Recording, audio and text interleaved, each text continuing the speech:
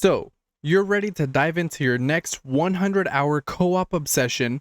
You've got the squad, you've cleared the schedule, and you're ready to open your wallet. But let's be real. Picking the wrong game, the one that just doesn't click with your crew, can poison your game nights for months. Suddenly, you're stuck in a meaningless grind, slogging through repetitive missions, or fighting with combat that just feels off. That pong of buyer's remorse, we've all been there and it sucks. Today, we're throwing two titans of the Horde genre into the ring, the grim atmospheric behemoth, Warhammer 40k Darktide, and the lightning, fast-paced, gore-drenched chaos of Killing Floor 3.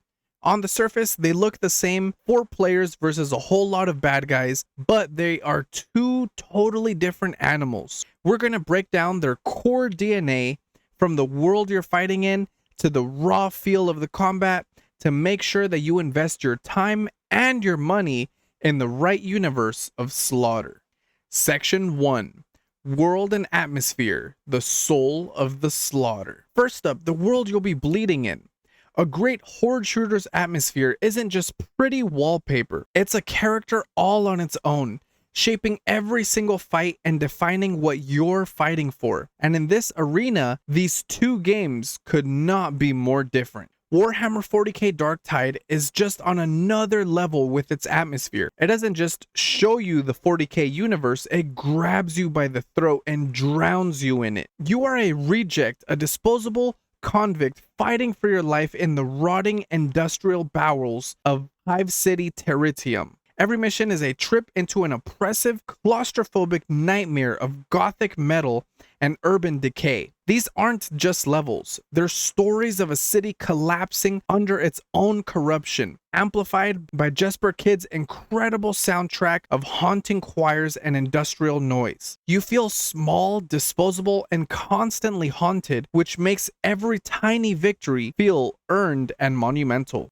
Darktide's world feels ancient and angry. It's a game that makes you feel the lore. Killing Floor 3, on the other hand, happily trades that deep lore for pure B-movie horror fun. Its world isn't much a universe as it is a custom-built arena for Zed-slaying mayhem. The story is simple. A megacorp called Horizon unleashed a biotech army, and you're the mechs sent to clean up their mess. The atmosphere is all about the action. The maps are a tactical playground for absolute chaos. All the focus is on the visceral feedback, the splatter of gore, the slick meat system that shows off every bit of dismemberment, and the heavy metal soundtrack that kicks in right when you need it.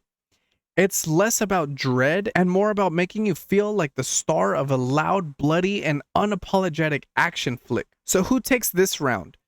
For pure suffocating atmosphere and world building that has real weight and history, Darktide. It is in a league of its own. It is a truly transportive experience. But if you just want a straight up action focused backdrop that gets right to the killing without needing for a lore bible, Killing Floor 3 sets the perfect stage. For this round though, the sheer artistry of Darktide's world gives it its edge. Section 2. Class Synergy, the heart of the team. A Horde shooter lives and dies on its co-op, and the heart of that is the class system. How do the roles mesh? How deep do the builds go? This is where the 4-person death squad finds its identity. In Darktide, the class system is wonderfully complex. It started with 4 archetypes: the sharpshooting veteran, the melee crazed zealot, the warp blasting psyker, and the ogryn, a giant lovable slab of muscle who is the team's anchor. And that's not to mention the new Artbite class, which is a DLC. But that's just the surface. Underneath, a massive talent tree lets you craft some truly unique builds. You're not just the ranged guy, you're a counterfighter sniper marking elites, or you're a grenade spamming demolitionist that makes enemies bleed setting them up perfectly for a Zealot's charge. The synergy here is everything. An Ogryn can plant his shield and become a moving wall, giving the Psyker room to charge up a brain-melting attack on a priority target. A Zealot can pin down a Horde with a flamer so that the veteran can pop distant snipers without a care in the world. The game basically forces you to think as a unit, rewarding communication and coordinated attacks. It's a theory crafter's dream. Killing Floor 3 goes a more streamlined pick-up-and-play approach with its 6 launch specialists. You've got your Commando for assault, Firebug for crowd control, Engineer for defenses, and the all-important Medic. It's a bit like a hero shooter where each specialist has a distinct kit. The ninja is an agile melee fighter with a grappling hook, while the sharpshooter hangs back and clicks on heads. Synergy in Killing Floor 3 is more straightforward.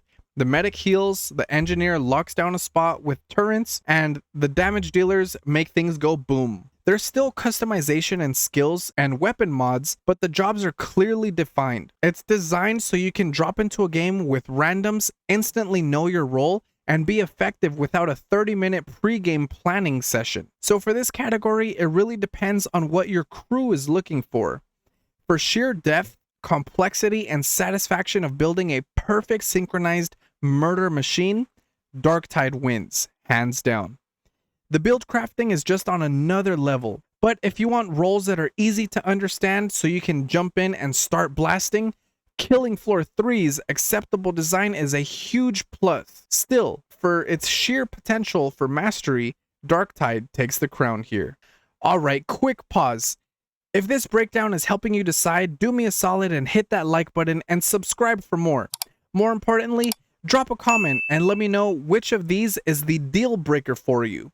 Is it the atmosphere, the classes, or the feel of the combat that we're about to get into? Section 3, Combat Feel. The moment-to-moment carnage. This is the big one, the feel.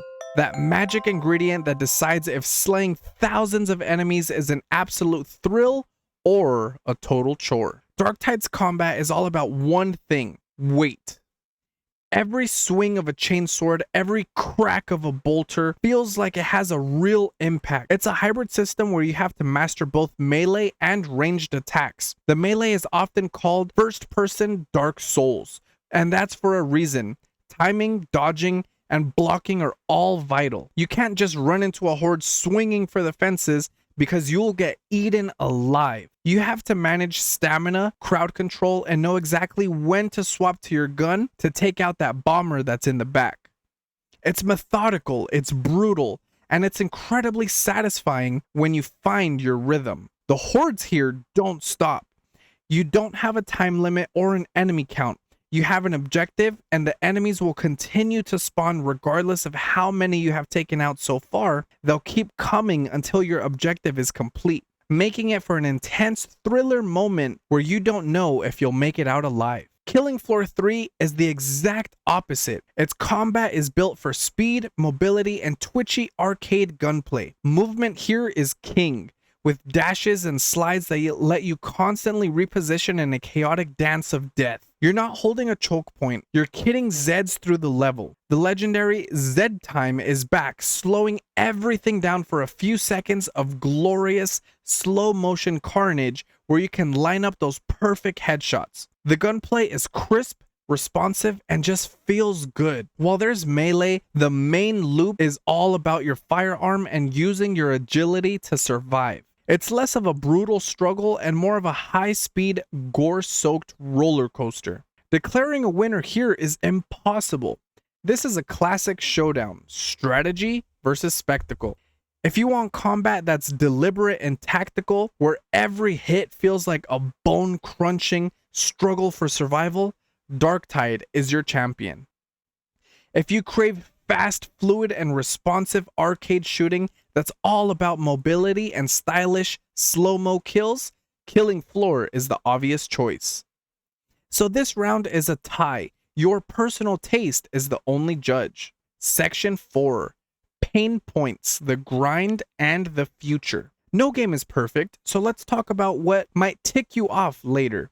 Let's be honest, Darktide had a rough launch. Its progression and item systems felt random and way too grindy. Fat Shark has made huge improvements since then, overhauling crafting and the talent trees, but some of that grind is still in its DNA.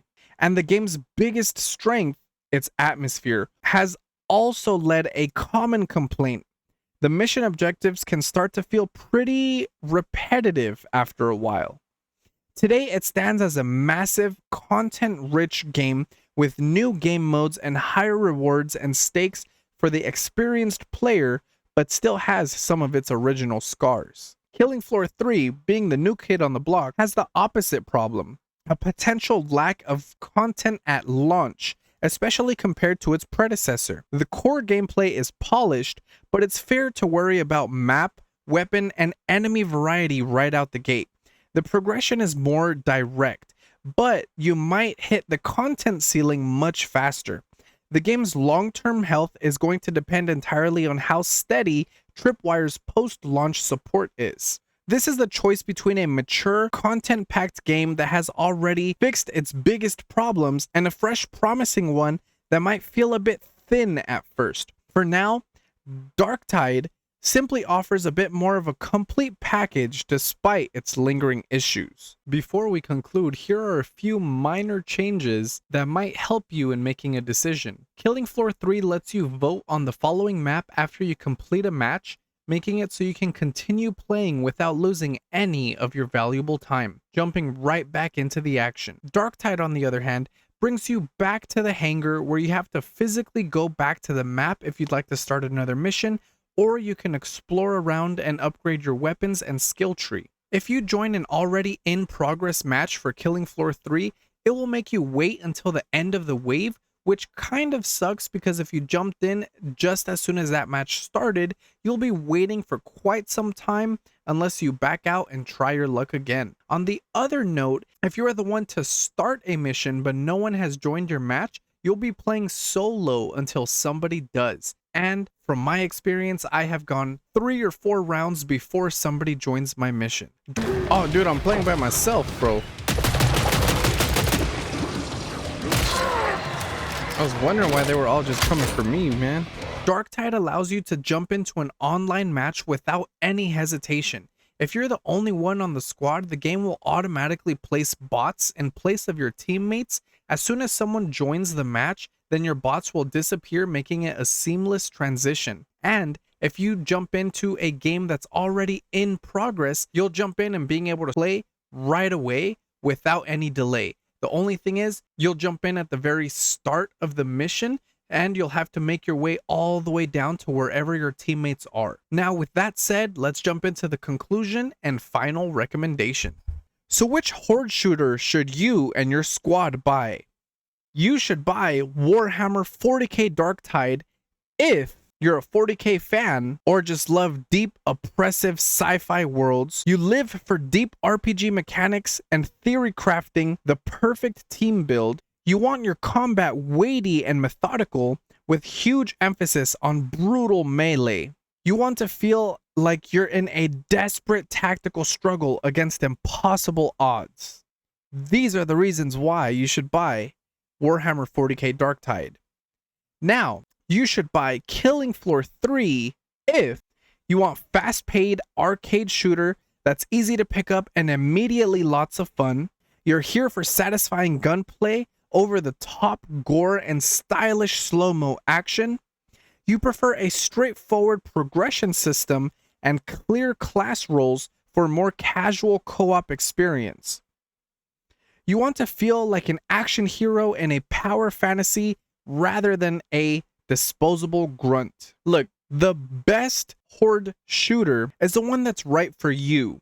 One is a deep atmospheric RPG, the other is a pure refined action thrill ride.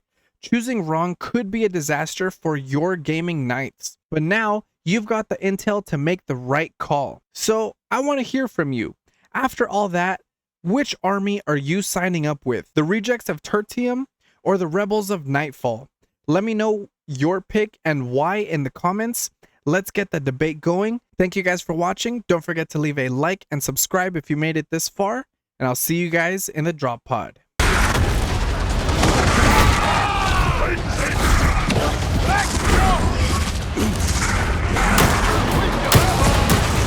Let them come!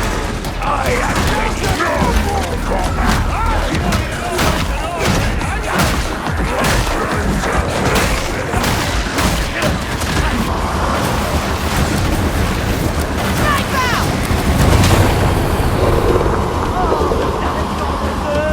Hey! Sometimes I impress myself!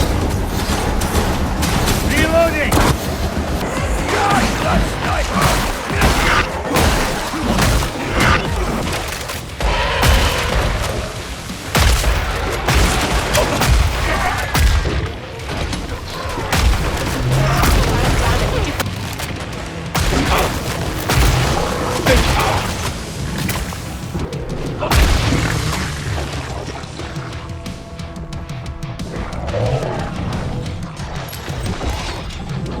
I got this.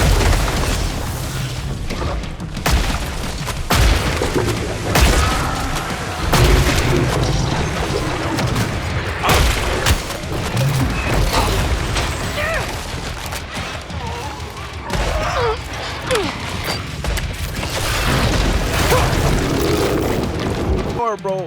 Oh no.